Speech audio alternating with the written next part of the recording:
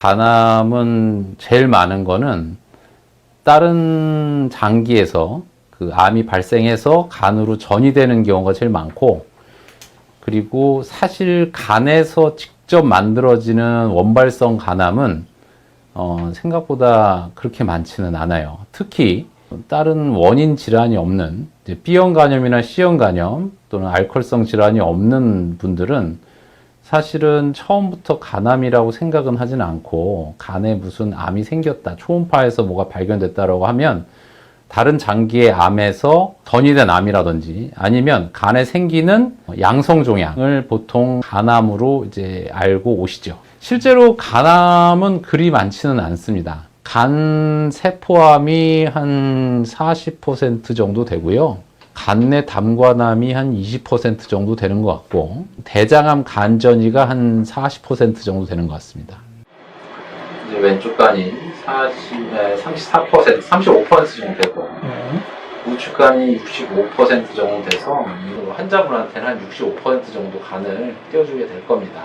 간암에 대해서 기수는 일반적인 건 없다. 그렇지만 확실한 건 그래도 굉장히 2cm 미만의 굉장히 초기암, 특히나 건강검진 열심히 해가지고 작았을 때 발견하는 것은 다 일기다라는 거는 동일합니다. 그게 2cm 미만, 그리고 간 기능이 어느 정도 유지가 되어 있을 때는 일기라고 얘기를 하죠. 수술로 절제하는 것만큼의 완치율이 있는 치료는 없어요.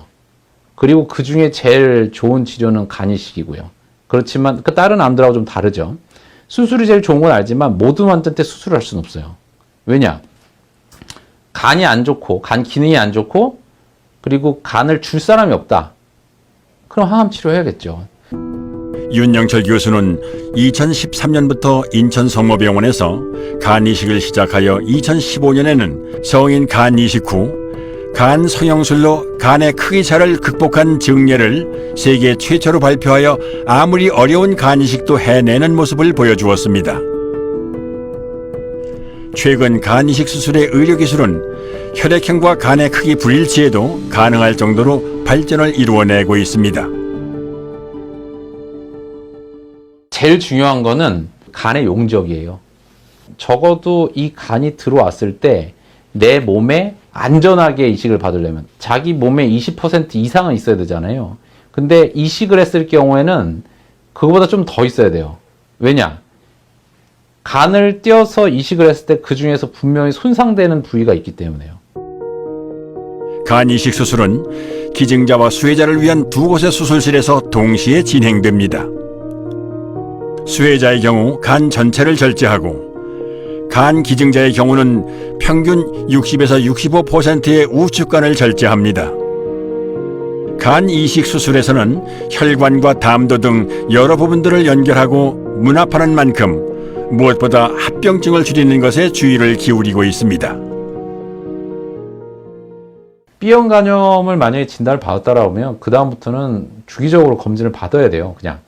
그리고 만약에 B형 간염으로 인해서 간 수치가 올라가거나 그러면은 이제 B형 간염 약을 드셔야죠. C형 간염은 지금으로서는 이제 치료제가 나와서 이제 C형 간염은 아마도 미래에 크게 문제가 없지 않을까. 그 C형 간염은 완치가 되는 약이 나왔거든요. 그리고 당연히 알코올성 간 경변은 술을 끊어야죠. 환자에 대한 존중과 사랑으로 의술의 혁신을 멈추지 않는 윤영철 교수. 장기 기증에 대한 인식의 긍정적인 확산으로 고통받는 환자들에게 새 삶을 안겨줄 수 있기를 희망합니다. 지금 굉장히 많은 몇천 명의 환자들이 지금 간이식을 기다리고 있고, 정말 그분들이 내가 될 수도 있고 우리 가족이 될 수도 있고, 그런데 사실은 뇌사자가 됐을 때 기증자만 많아진다면 사실은 그분들 다 받을 수 있거든요. 그렇게 좀 제도가 좀 바뀌어졌으면 좋겠다. 그래서 많은 사람들이 좀 더 건강한 삶을, 왜냐하면 간이식은 한번 받고 나면 죽을 때까지 그 간 갖고 살 수 있거든요.